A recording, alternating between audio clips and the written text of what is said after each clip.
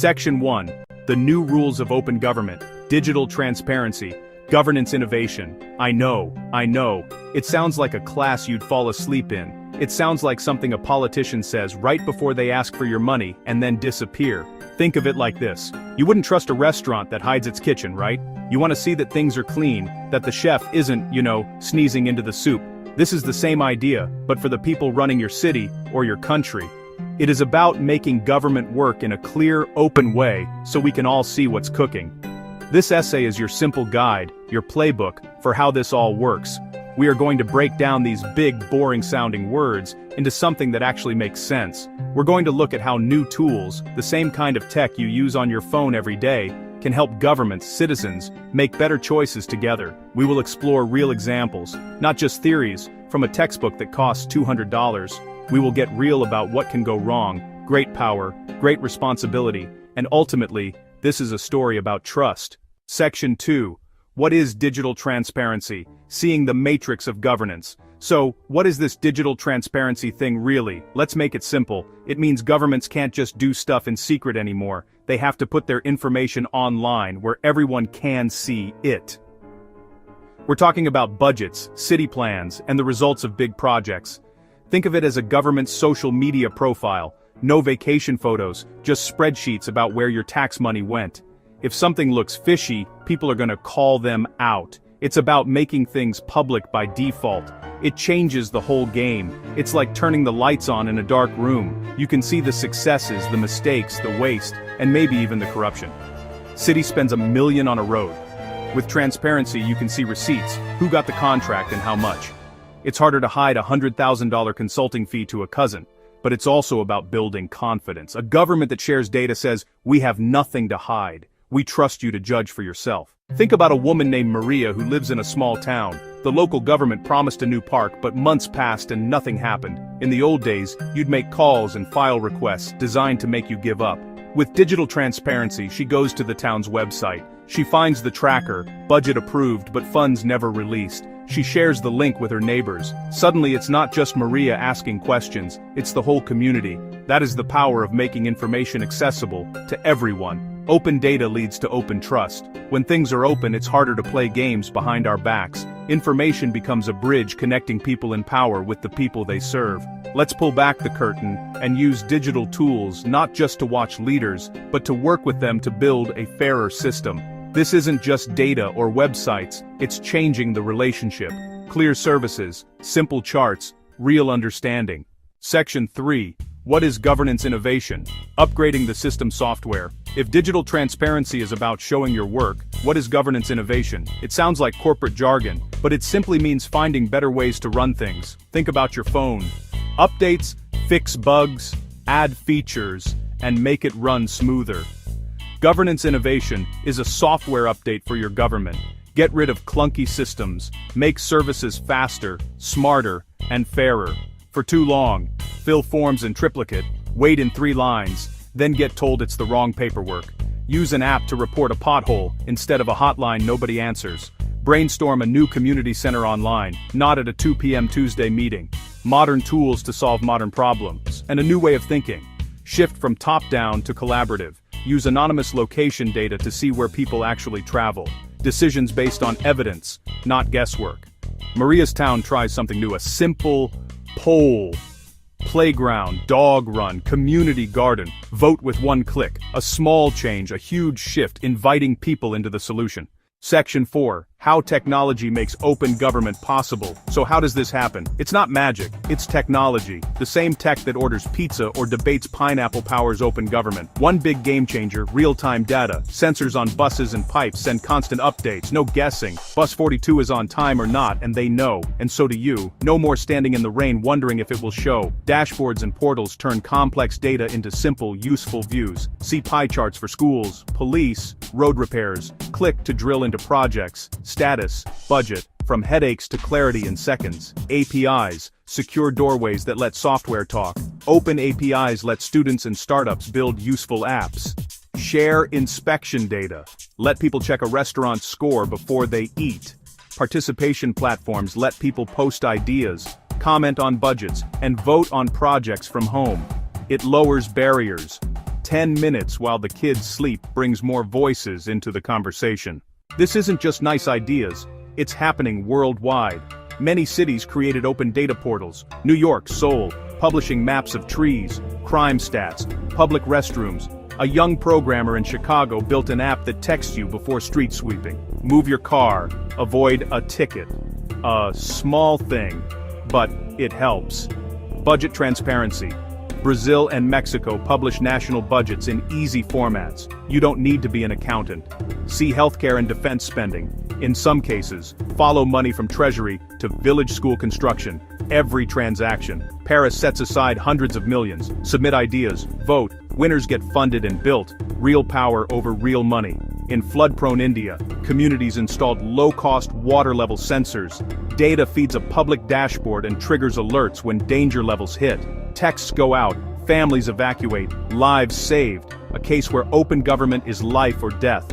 Open data, open trust, in action. So, we have open data and new tools. What's in it for the average person? The biggest benefit is trust. It's hard to trust what you can't see. Operating in the open demystifies the process. You see numbers, check facts, hold leaders accountable. Transparency builds a bridge of confidence. Better services. Leaders with real-time data manage more effectively and spot problems early. If buses are always late, they investigate traffic, bad schedule, and fix it. If clinics run low on medicine, data shows it and supplies move faster. Open data exposes disparities, parks or response times, forcing action to serve everyone fairly. Simple ways to participate lead to a stronger democracy. You get a real voice. Government happens with you, not to you. It's not all sunshine. Making government open and digital brings serious risks. Privacy. Governments hold health records, addresses, income. If not protected with extreme care, it can be stolen and used to harm vulnerable people. Limit collection and anonymize before sharing. Bias. Algorithms are only as good as their data. Train on biased arrest records and you reinforce patrols and inequality. Governments must test for fairness. Security. Open systems are exposed. A breach that changes budget numbers or spreads false data can destroy trust. Protect digital infrastructure like roads and bridges. Misinformation. Open data isn't automatically understood. Without context, a spike looks scandalous. Maybe it was an emergency repair. Don't dump raw data. Provide explanations, simple summaries, and trusted analysis so people can make sense of what they see. How do we move forward safely? Build a firewall of trust with rules and careful design. Start with strong laws. What data can be collected? How it can be used? What stays private? Privacy first. Share data in open, simple formats, not weird files needing expensive software. Use open source tools so researchers and citizens can inspect, find bugs, and audit for bias. Run regular audits, bias, security, and errors with independent reviewers and civil society. When AI affects people, loans, tax flags, there must be explainability. No black boxes. Engage the public. Workshops to find and understand data. Simple feedback to report errors or ask questions. Actively include overlooked communities. Co-design so tools work for them. Trust isn't a transaction. It's a relationship built through continuous, honest conversation. In the end, digital transparency and governance innovation are not just about technology. They can make government more honest, effective, and democratic, building on open data and, in turn, open trust. Today's tech lets us see facts in real time, participate in decisions, and help leaders govern fairly.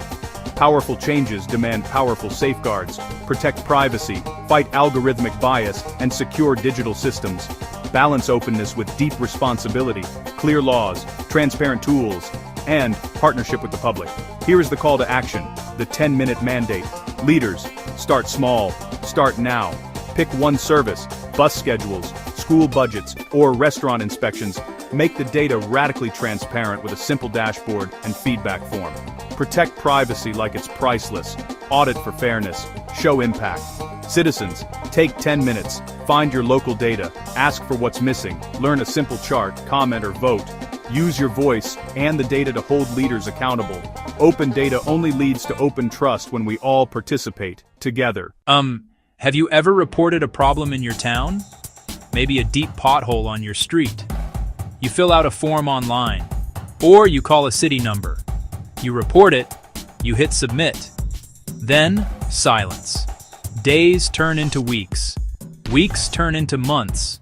The pothole is still there.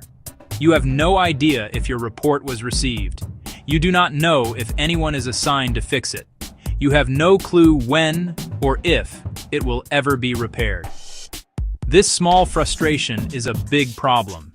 It makes you feel ignored. It makes government feel like a distant, confusing black box. You put your problem in, but nothing comes out. This erodes trust. It makes us feel powerless. This feeling of being unheard is a pain point for many people. It is not just about potholes. It could be about a building permit application. It might be about a request for public information. It could even be about understanding where your tax money is going. When processes are hidden, we lose connection. We start to believe our voices do not matter. What if you could see exactly what happened after you reported that pothole? Imagine getting an instant confirmation. Imagine seeing your report appear on a public map. You could see it assigned to a repair crew. You could track its status from reported, in progress, completed. This is not a far-off dream. This is what transparent governance technology does. It uses digital tools to open up government operations. It shines a bright light into the black box. It makes processes visible, understandable, accountable to everyone. This is the solution. It is about using technology to build bridges of trust. A simple idea with powerful tools, the internet, data, and software to share information. Information once locked in cabinets or hidden on internal servers is now made public. This technology allows governments to show their work. It lets them explain their decisions. It invites citizens to participate in the process of governing. Dynamic interactive platforms help us see, understand, and engage, simply. There are many tools for transparent governance. Let us look at 3 of the most important ones. The first is the Open Data Portal. Think of it as a public library for government information. Instead of books, it holds data sets. These data sets can be about anything: city contracts, crime statistics, restaurant health inspections, public school performance. Government collects massive data. Portals clean it and publish it in usable formats anyone can download, use, and share, the raw material for transparency. The second key tool is the public dashboard. If portals are ingredients, dashboards are the finished meal. Dashboards turn complex data into simple visuals: charts, graphs, maps. A city dashboard might show how budget is spent, parks, police, roads, and let you compare this year to last. For our pothole problem, a map of reports color-coded by repair status. Accessible at a glance, no data science degree required. The third essential tool is the participation platform, where transparency becomes a two-way street. Citizens can do more than view information. They can report issues, propose ideas, vote on neighborhood budgets, and comment on policy drafts. Examples like Decide Madrid and V Taiwan bring public deliberation online, letting many more people contribute knowledge and voice. Together, these tools form an open government ecosystem. Portals provide verifiable facts. Dashboards make them understandable. Participation lets people act. They break down walls and make institutions more transparent, more responsive, and more worthy of our trust. When governments use these tools effectively, the benefits are clear. The most important, increased public trust. When people can see how decisions are made and money is spent, suspicion of backroom deals fades. Seeing a report move from submitted to fixed is proof that the system works. It shows government is listening and responsive. Thousands of small proofs add up to trust. Transparency reveals bottlenecks and waste. Publishing response times can expose where waits are longer and drive fixes.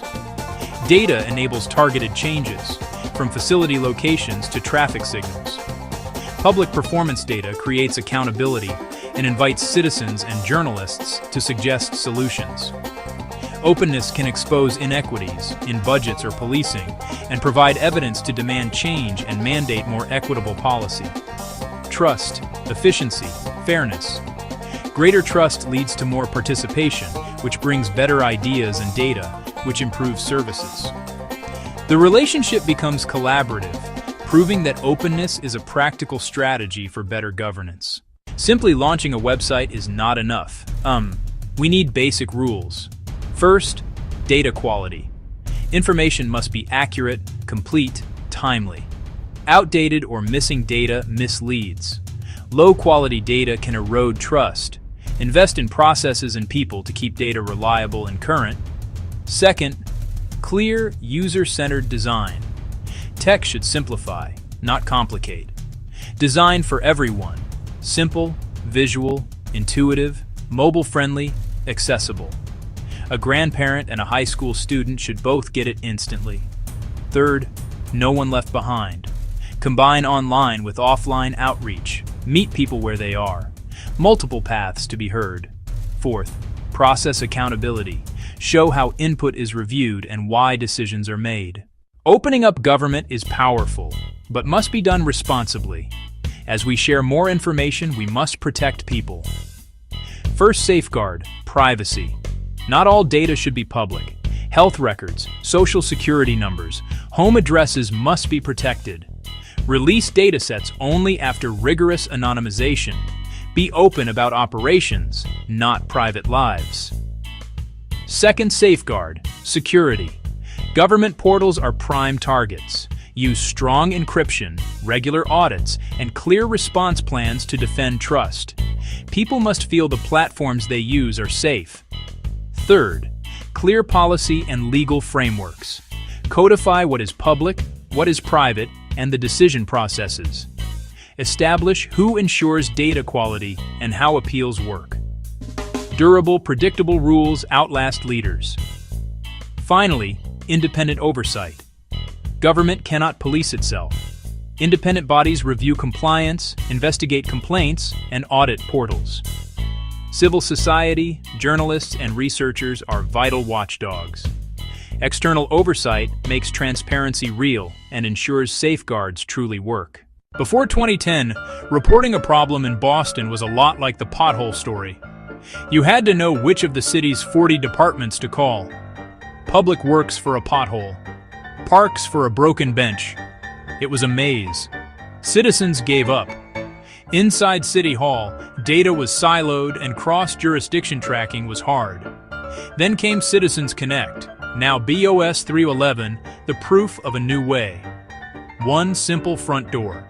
Snap a photo, upload, and submit from anywhere.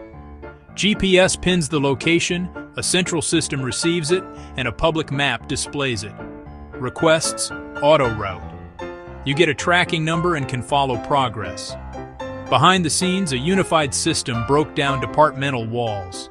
Leaders saw real-time neighborhood problems, spotted trends, and allocated crews more effectively. The results were dramatic. Trust increased and services became more efficient. Tens of thousands of issues were reported and fixed faster across the city. Data informed smarter maintenance and infrastructure investments, changing the relationship for the better. In Brazil, there was long-standing suspicion about federal spending. Billions flowed to cities and nonprofits for schools and healthcare, but then disappeared into a black box. Projects stalled or never started. Stories of corruption weakened public faith. Brazil's Comptroller General, CGU, launched the Transparency Portal, a massive open data site. It tracks expenditures in near real time. Anyone can search every payment, amount, recipient, and purpose. Revolutionary in a place where such data was once secret. Journalists traced suspicious payments and exposed wrongdoing. Communities checked if clinics were built and used official data to demand action. The portal helped recover billions and prosecute corruption and deter future misuse. A world-class example, open data fighting corruption, raising integrity, and giving citizens oversight. When information is public, people can participate meaningfully in how their tax money is spent. Transparency turns a black box into a glass box and builds trust. We have seen the pain of opaque government and the proof that technology offers solutions. Portals make government transparent. Dashboards make it efficient. Participation makes it fair.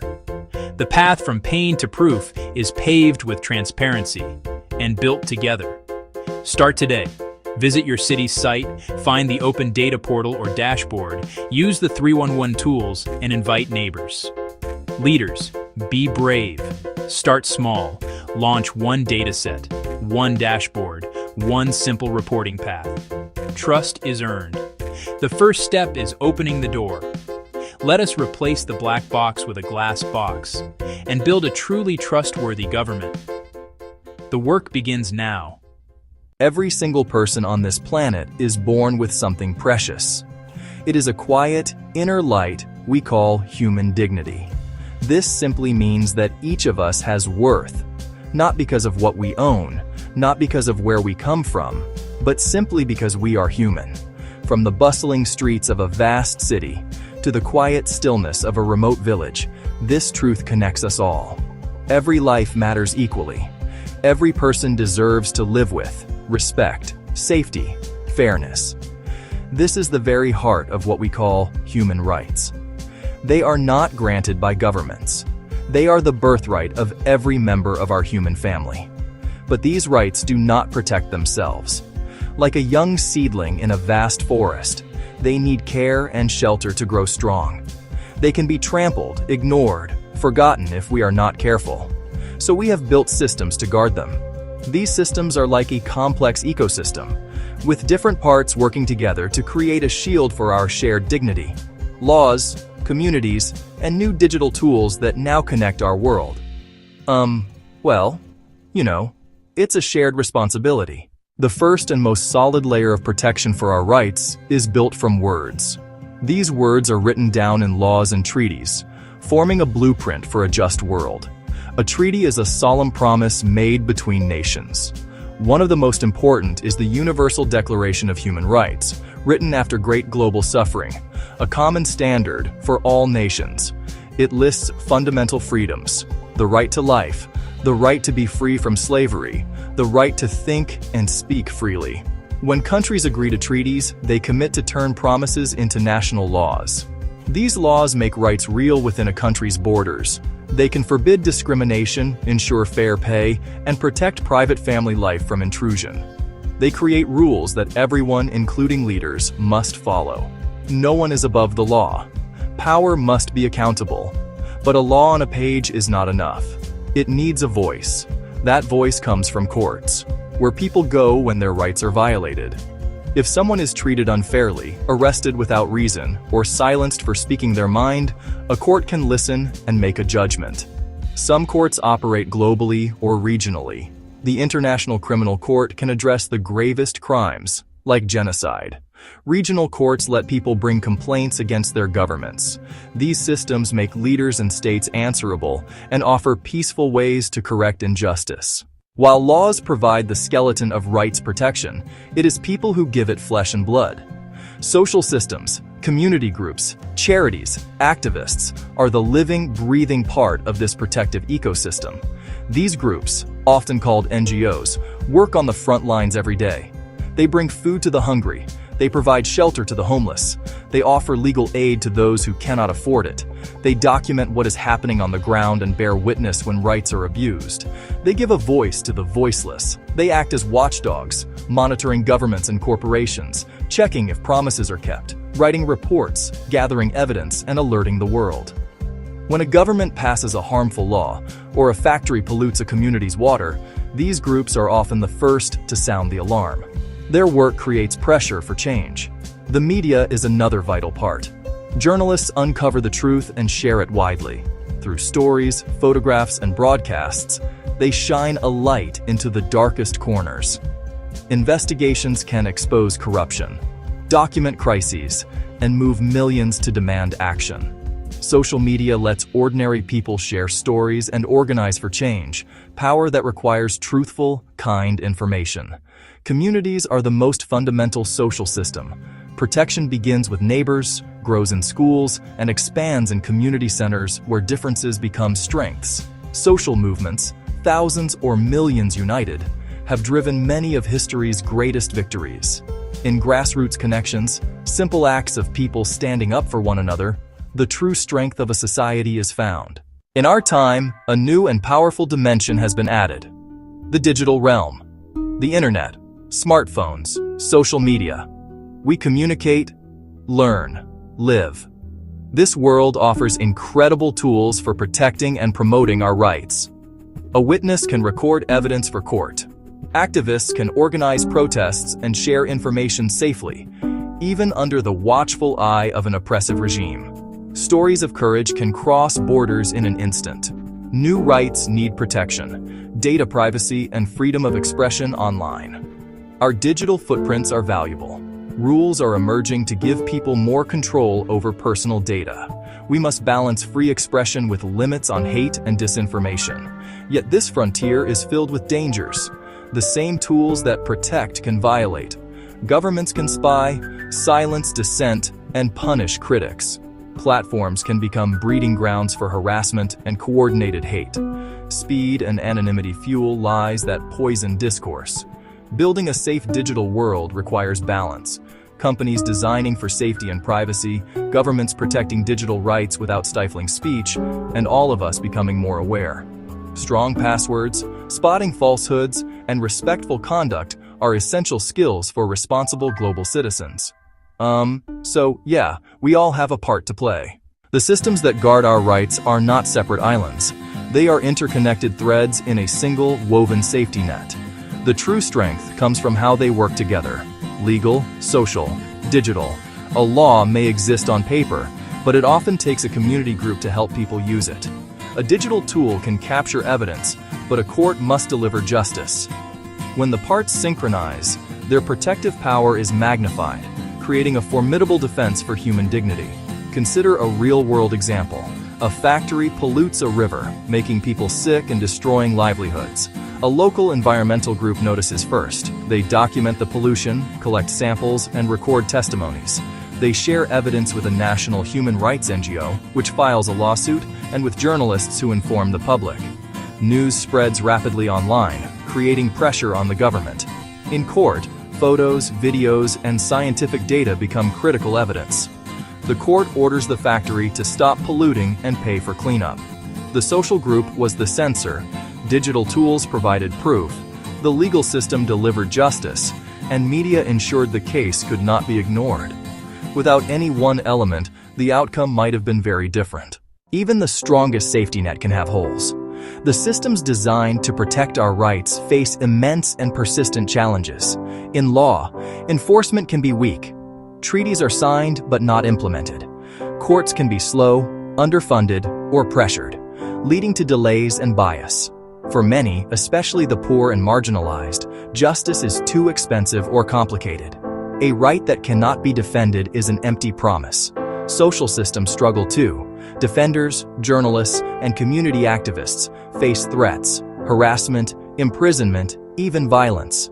Many operate with limited resources, constantly seeking funding to continue vital services. Public attention shifts quickly, leaving those on the ground to struggle far from the spotlight. Technology misuse grows. Authoritarian surveillance creates fear that stifles free expression. Disinformation and hate speech spread. A digital divide leaves many behind, deepening inequality. When a court is biased, a journalist is silenced, or private data is stolen, the entire system is diminished. Recognizing weaknesses is the first step to mend them. It requires vigilance, adaptation, and a collective will to repair the holes. Knowing the challenges is not enough. We must find solutions. We can and must strengthen the systems that guard our rights. Reinforce legal foundations. Not just signing treaties, but fully implementing them into strong, clear, fair national laws. Resource justice systems so they function independently and efficiently. Fund legal aid so everyone has access to a lawyer and a fair hearing. Justice must be a public service, not a luxury. Nurture and protect social systems. Create safe environments for journalists, activists, and human rights defenders. Protect them from harassment and violence, and support their work through donations and volunteering. Champion a free, independent press, one of the most effective checks on power. Back local organizations to build resilience and first-line response networks when rights are threatened. Demand privacy and safety-first platform design and clear rules for handling harmful content like hate and disinformation. Pass modern privacy laws that give real control over personal data. Invest in digital literacy so people can harness benefits and avoid pitfalls. The great systems may seem distant and complex, but they are built upon the actions of individuals. Every person has a role to play, and your contribution matters more than you think. Begin with knowledge. Learn your rights. Read the Universal Declaration. Understand issues in your community and around the world. Once informed, act. Start small. Join a local group. Environmental protection, refugee support, fighting poverty. Volunteer your time. Practice human rights daily. Respect, listen, stand up for someone being treated unkindly. Be a responsible digital citizen. Check facts before sharing. Refuse rumors and hate. Support in-depth reporting. Protect yourself and others with good digital hygiene. Your mindful presence makes the online space safer for all. Use your voice. Support organizations, sign petitions, contact representatives, vote for leaders committed to dignity and equality. We have journeyed from grand halls of justice to quiet conversations between neighbors. Laws provide the rules, social groups provide the heart, and digital tools connect and bear witness, forming a global shield for everyone. Brothers and sisters of Earth, today, I stand before you not as a leader, not as a prophet, but as a humble servant of humanity. I speak to you from the depths of my soul, with a message that transcends borders, religions, races, and species. This message is not mine alone, it belongs to all of us, for we are all children of the same origin, descendants of Adam and Eve, bound by the same breath of life. From the moment the first star ignited in the cosmos, to the birth of our planet, to the emergence of life, and finally to the rise of humanity, the universe has been weaving a story of unity. Yet somewhere along the way, we forgot this truth. We divided ourselves into nations, tribes, and ideologies. We built walls instead of bridges, waged wars instead of peace, and sought power instead of love. But today I call upon you to remember, we are one. The time for peaceism has come. Peaceism is blessing and guidance for all. It is a way of life. It is the recognition that every living being, human, animal, plant, and even the earth itself, is interconnected. Peaceism teaches us that harming another is harming ourselves, that loving another is loving ourselves, and that healing the world begins with healing our own hearts. Under the Peaceism Ecosystem, we will honor the sanctity of life, embrace diversity, live in harmony with nature, pray to Lord of the world. Let us pray, O our Creator. We humbly acknowledge you as the source of all that is, the architect of the universe, and the sustainer of all life. Let us pray for wisdom, compassion, and unity, and let our prayers be actions that uplift the world.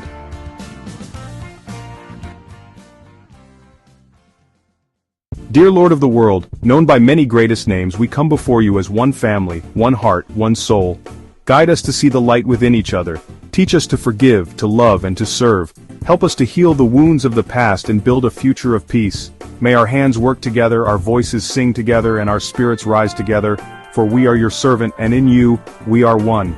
Amen, Amin, Shalom, Om Shanti Ash, and so it is. This is not just a dream, it is a calling. Each of us has a role to play in this great awakening. Whether you are a teacher, a farmer, a scientist, an artist, or a leader, your contribution matters. Let us educate the next generation in the ways of peace and unity. Create systems that uplift the poor, heal the sick, and protect the vulnerable. Innovate technologies that serve humanity and the planet, not destroy them. Spread love in every word, every action, and every thought. If this message ignites a fire within you, if it stirs your soul and compels you to act, then let us carry it forward together. O Lord of the world, we thank you for the beauty of the world, the wonder of nature, and the precious gift of life. We are grateful for the sun, the moon, the stars, and the vibrant tapestry of creation. Let us strive not just for the Nobel Peace Prize, but to touch the hearts of all beings, from the tiniest ant to the grandest whale, from the deepest ocean to the highest peak. The time has come to transcend our differences and embrace our shared humanity. The time has come to heal the scars of the past and forge a future brimming with hope. O Creator, bless us with peace, joy, and purpose, and grant us the strength to overcome challenges and to persevere in your service. We are one. We are peace. We are the change. Thank you, and may the light of unity guide us all. We pray in the name of the Creator, the source of all things. Amen.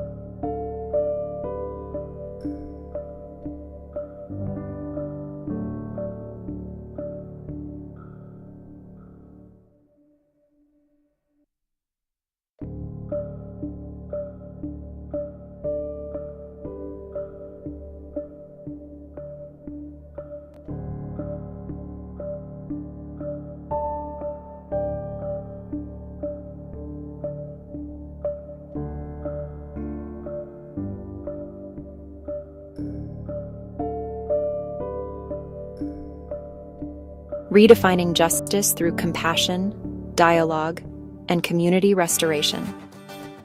Transformative restorative justice prioritizes healing over punishment. An introduction. A young boy named Mateo threw a baseball. It was a wild pitch. The ball sailed over the fence. It crashed through his neighbor's kitchen window. Glass shattered everywhere. Mateo's heart pounded with fear. He wanted to run and hide. Mr. Henderson rushed in, saw the damage, and felt a surge of anger. He considered calling the police and demanding money. The room felt as broken as the glass. Instead, a community mediator suggested they sit down together and talk. Mateo apologized and explained it was an accident. Mr. Henderson described feeling startled, unsafe, and worried about costs. It was simple, but powerful. Restorative justice asks, who was hurt? What do they need? Who is responsible to make it right? They made a plan, helped pay for the window, and worked together, building trust where fear once lived. What is restorative justice? We often equate justice with punishment, courts, fines, prison. But victims can feel unheard, needing answers, safety, and closure.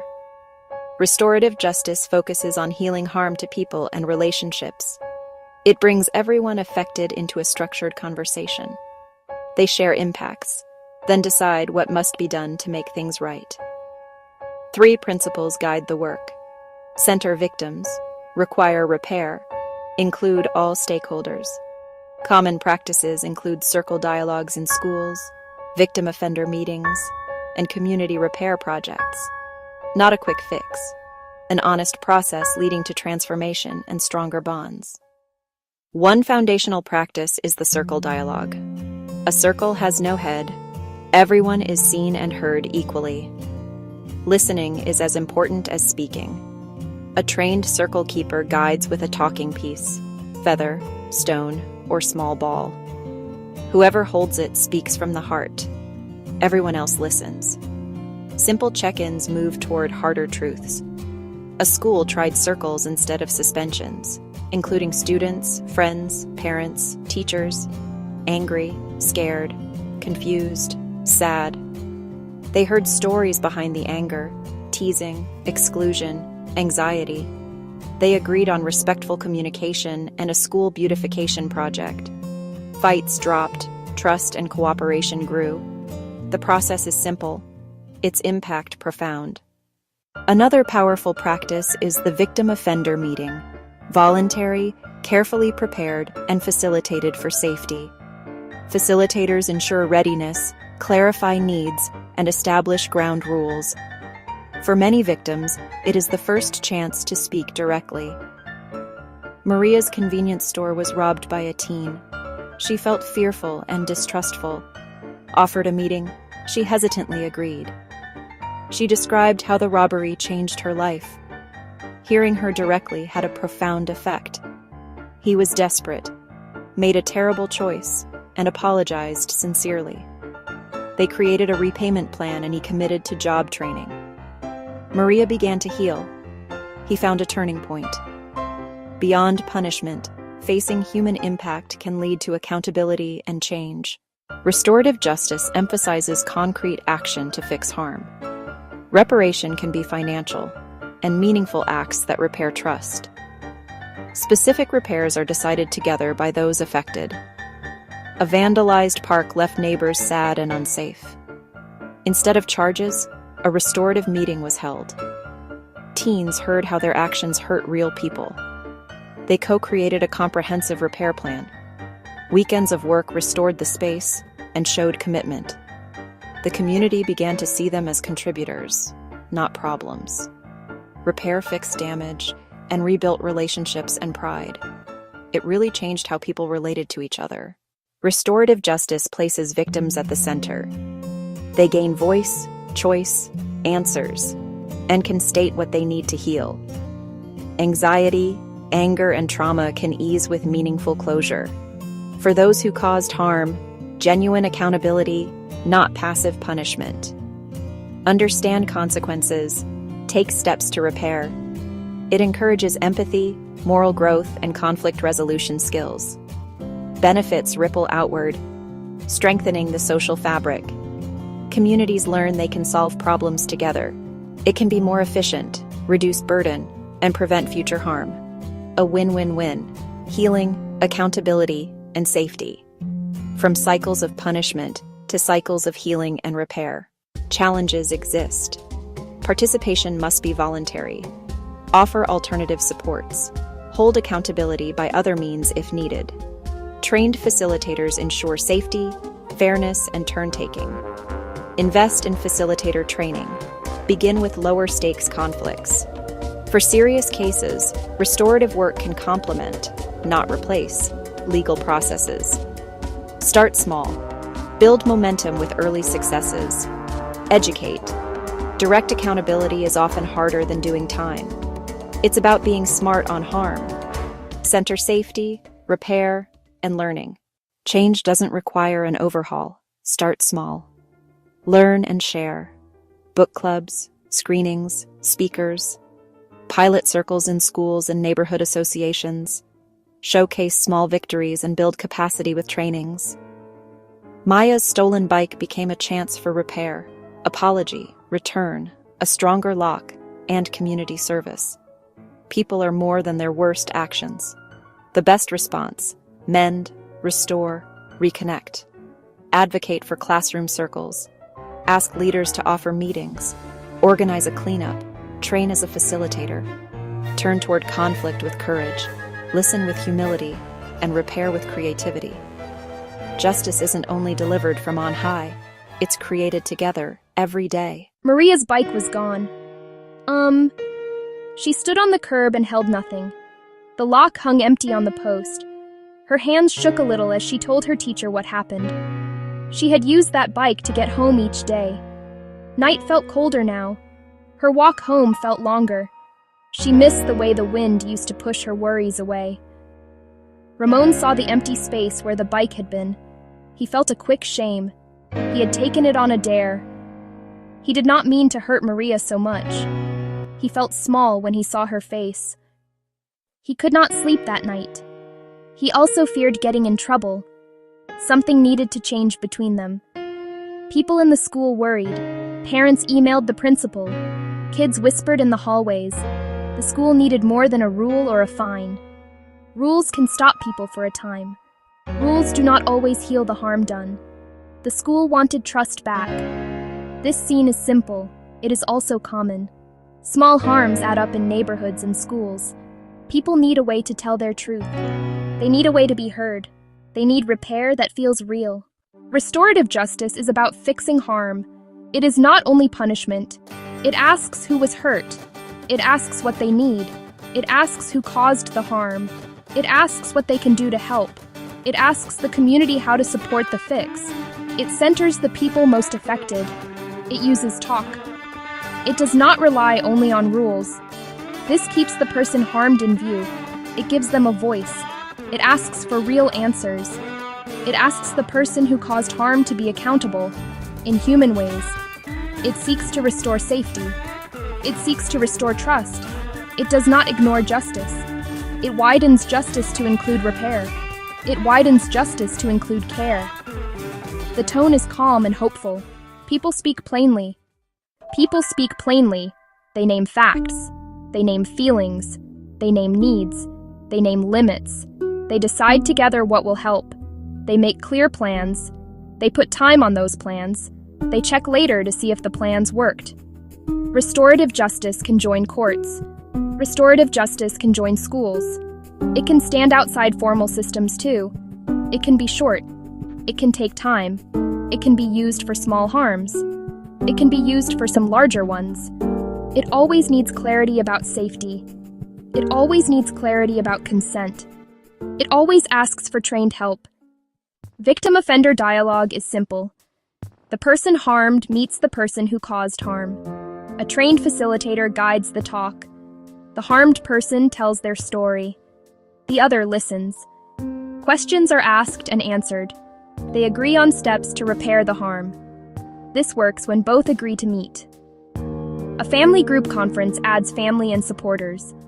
It is helpful with young people. The wider group offers ideas and support. They plan how to repair harm together. The group holds each other to the plan. They bring family strengths into the solution. The person harmed can bring a supporter too. The plan can include help to change behavior. A community circle brings many voices. Neighbors, teachers, leaders. Each person speaks in turn. The circle builds trust and shared understanding. It works where harm touches many people. It can begin with a talking piece to guide the flow. The circle often leads to shared agreements for repair. These three models are clear and visual. They show different sizes of gathering.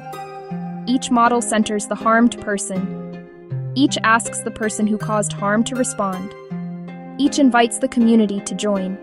Each can be adapted to local needs. They need a way to be heard. They need repair that feels real. They need repair that feels real. The person harmed comes first in these meetings. They say what happened and how it felt. They name what they need to feel safer. They may ask for repair for an apology. They also can set limits. Their consent matters at every step.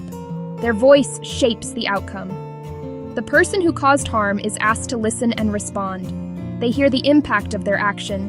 They are asked to accept responsibility. They may offer repair actions. They may also ask for help to change. This meeting is a chance to learn and to act. It is not a place to blame silently. The community plays a steady role. The community helps create realistic plans, offers supervision and support, and helps restore trust with shared work. Preparation begins before anyone meets together. A trained person speaks with each participant first. They explain the process in simple words. They check what safety means for each person. They make a plan for support and limits. They ask who will come with each person. They decide on a neutral place and time. Preparation also includes practical checks. The facilitator checks for power imbalances. They look for threats or fear. They refuse a meeting if someone feels at risk. They may use written statements instead of face-to-face talk. They may suggest separate meetings first. They ensure that participation is voluntary. The meeting begins with clear rules. People agree to speak honestly and listen. They agree to respect time and safety. The person harmed may go first. They tell what happened and how it felt. They name what they need to heal. They may ask questions. The person who caused harm listens without interruption. Then they answer. They can explain, but not to excuse. They can say they are sorry. They can offer steps to repair the harm. They can ask for help if they need it to change. Supporters can speak in turn. They do not take over the harmed person's voice. The facilitator keeps the talk on track. They check that the harmed person is still willing to proceed. They stop the meeting if someone feels unsafe. Agreeing means making a clear plan. The plan names who will do each task. It names timelines and measurable steps. It says what will count as repair. It notes any support needed. Everyone reads the plan aloud. Everyone agrees to it in plain words. Repair can be direct or symbolic, returning money or goods, public service or community work, counseling or apology, help to learn new skills. The plan should match the harm and the needs of the harmed person. Follow-up is essential. A named person checks in on the plan. For the person harmed, this process gives voice. They get to tell their story in full. Many say they feel relief after being heard. They often prefer this to a hidden punishment. They may gain a clear plan for repair. Children and adults planting a garden together after a repair plan. They may regain safety and trust. For the person who caused harm, this work builds accountability. They face the real consequences of their actions. They can make amends in practical ways. They can also learn new behavior. Many report gaining empathy and purpose. For the community, restorative work builds ties. Neighbors learn to solve harm together. Schools see less repeat harm. Communities can reduce the burden on courts and jails. People learn to care for one another's safety. Restorative justice is not right for every case. It should not be used where risk is high. It should not be used where consent is not real. It must not replace legal protection when needed. Power imbalances can harm the process. That is why skilled facilitators are crucial. Safety checks must be strict and clear. Wrongly run meetings can re-traumatize people. A rushed or under-supported process can fail. When people feel pressured, the outcome is not true repair. Funding reduces these risks. Training reduces these risks. Clear rules reduce these risks. If you want to begin locally, start small. Learn the basics with short guides. Learn the basics with workshops. Find trained facilitators. Partner with an organization. Try circles in a school first. Try circles in a community center first. Invite those most affected to help design the process. Attend a training. Start a small circle. Ask your school to offer restorative options. Ask your council to offer restorative options. Support local facilitators with time and funds. Listen to people who were harmed. Take gentle, steady action. Hold care and safety as your highest priorities. Believe that repair is possible and act to make it so. They turn harm into a chance to rebuild. Across our planet, from the most remote island communities to the bustling heart of our greatest cities, there is a common thread that binds all of humanity. It is a shared inheritance, a fundamental collection of needs and aspirations we call human rights. These are not gifts bestowed by governments, nor are they privileges earned through wealth or status. They are, quite simply, the essential conditions for a life of dignity. They are the air we breathe, the food that nourishes us, the shelter that keeps us safe. They are the freedom to think for ourselves, to speak our truth, and to be treated with fairness and respect. Every single one of us is born with them, because they are the bedrock upon which fair and stable societies are built. They safeguard our very being, ensuring that we can grow and flourish without fear. When we have the right to an education, we unlock the potential of the human mind. When we have the right to health care, we protect the miraculous complexity of the human body. When we have the right to speak freely, we allow new ideas to take flight, challenging the old and paving the way for progress. Without these protections, our societies become brittle, prone to conflict and decay. They are the invisible architecture that supports our collective existence, ensuring equality and liberty for all. To safeguard this precious inheritance, humankind has developed intricate systems of protection. These are not single, monolithic structures, but rather a complex, interconnected network of laws, courts. Think of it as a global ecosystem, with different parts working together to maintain a delicate balance. Some of these systems operate on a worldwide scale, setting universal standards for all nations. Others are regional, tailored to the unique cultural landscapes of a continent.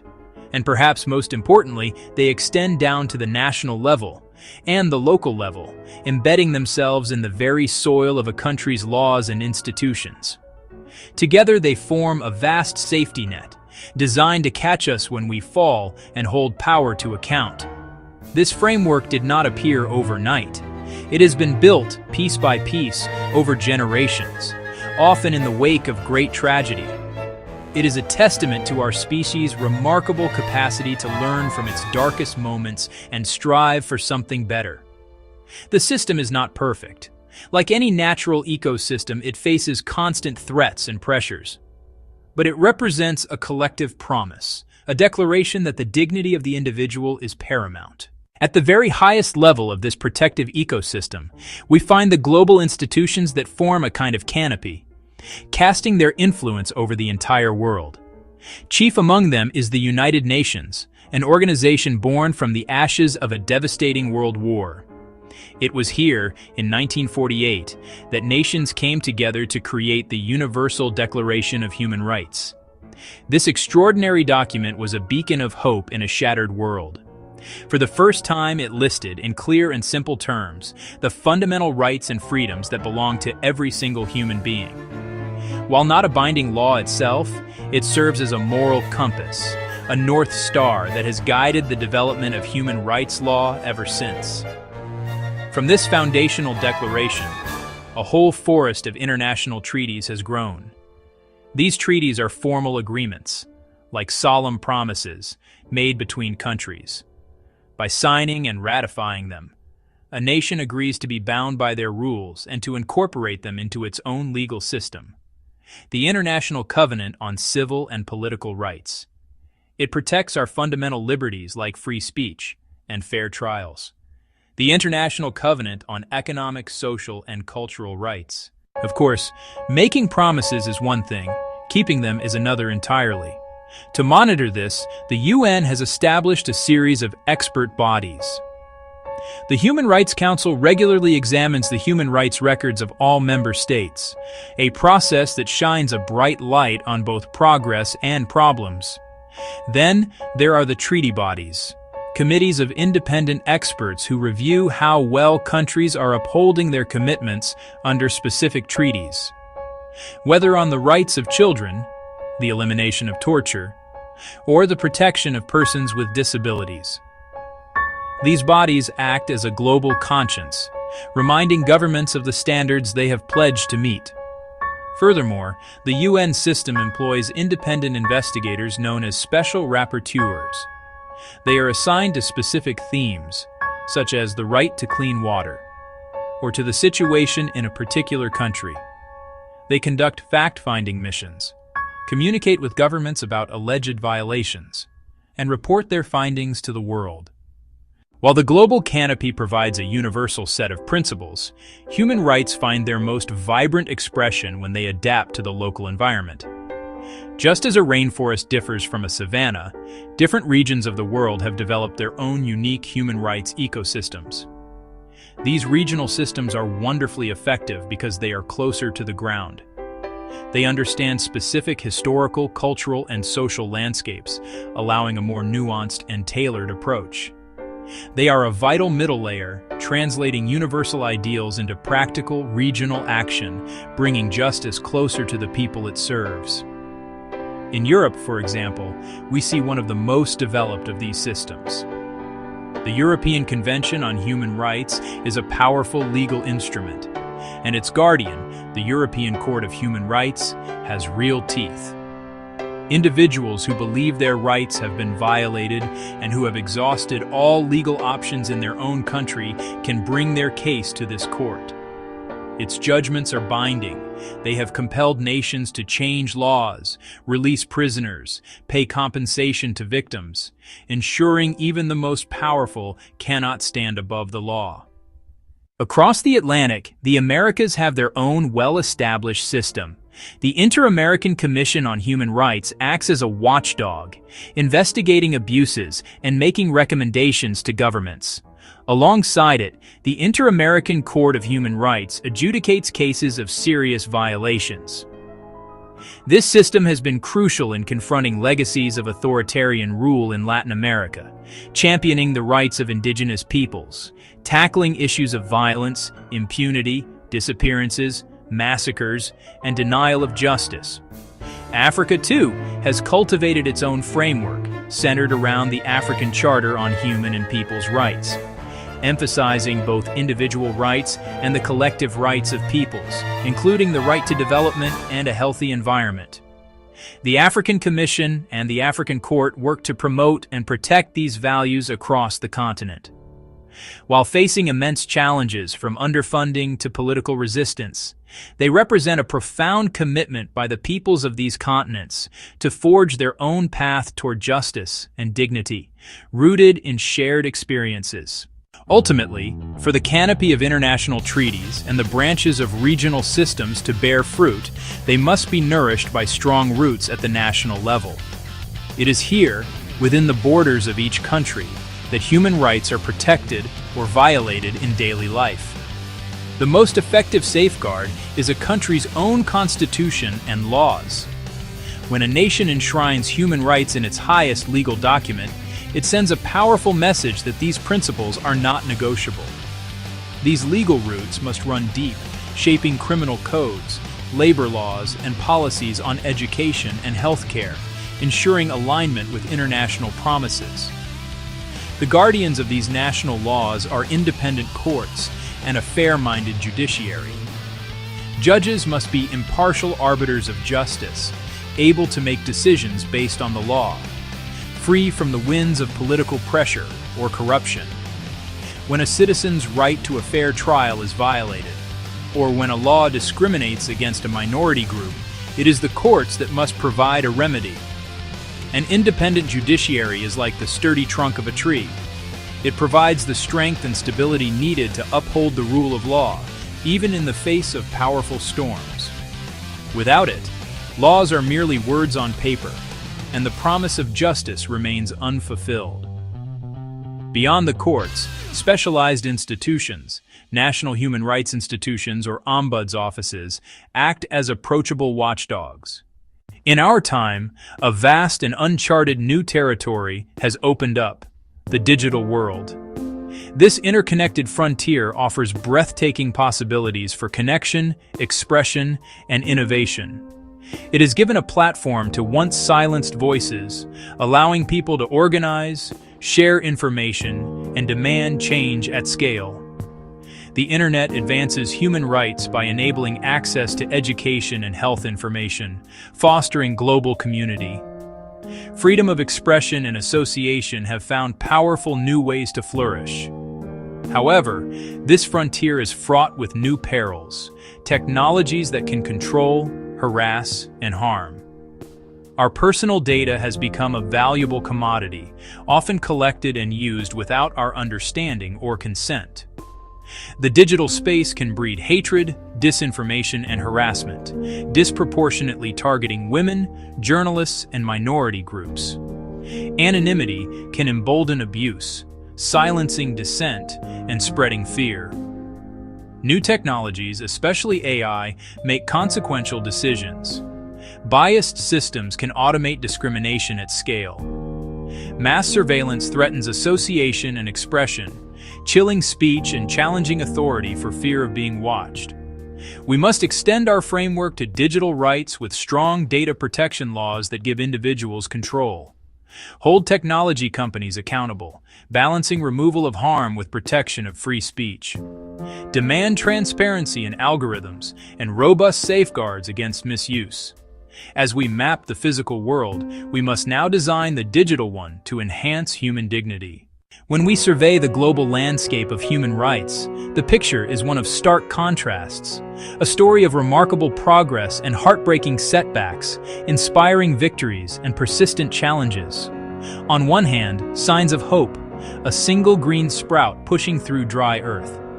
Peaceful transitions from dictatorship, discriminatory laws overturned, and broader equality for LGBTQ+ individuals. The landmine ban shows what civil society and governments can achieve together. An activist freed, a community saves its land, a survivor receives justice and compensation. Yet rights are violated with shocking impunity. Wars rage, defenders are jailed or killed. Refugees and migrants denied dignity at borders. Emergency powers crush dissent. Institutions dismantled. Surveillance tools wielded for control. These failures reveal the fragility of the system. Laws alone are not enough against entrenched power, greed, and indifference. not reasons for despair, but reminders of the vigilance required to close the gap between promises and reality. The work of protecting human rights is like tending to a vast and complex garden. It is not a task that can ever be declared finished. It requires constant care, patience, and the collective effort of many hands. Frameworks provide the design, but it is up to us to cultivate, nurture growth, pull the weeds of injustice, and ensure it blossoms for generations. This shared responsibility falls upon all of us. First, governments must lead by example, translate commitments into strong laws, and fund the institutions that uphold them. Invest in an independent judiciary, well-trained police, robust human rights commissions. Foster an environment where civil society can operate freely, and a free press can hold power to account without fear. Third, adapt to our age. Weave human rights into technology through collaboration between governments, the private sector, and civil society. Companies must respect human rights in their operations, and we must all become more literate about our digital rights. Fourth, education remains our most powerful tool. Teach dignity, equality, and respect in our schools and communities. In the end, the system's strength depends on individuals. Your voice matters. When you vote, support, and speak out, you tend the garden and plant seeds of change. Dawn of time, we have shared a common ancestry, Adam and Eve. This shared bond is the foundation of our humanity, reminding us that beneath our differences we are one family. In a world that often seems divided, peaceism emerges as a beacon of hope. We believe in the power of unity, in the strength of coming together to build a future where peace is not just a dream, but a reality. Our mission is simple yet profound, to foster understanding, compassion, and cooperation among all people. Through education, dialogue, and community initiatives, we strive to break down the barriers that separate us and to create a world where every individual feels valued and heard. Join us on this journey. Stand with peaceism and be part of a movement that transcends borders and beliefs. Together, we can turn the page of history to a chapter filled with love, respect, and enduring peace. Because at the end of the day, we are all descendants of Adam and Eve. Let's honor that legacy by building a peaceful future for all.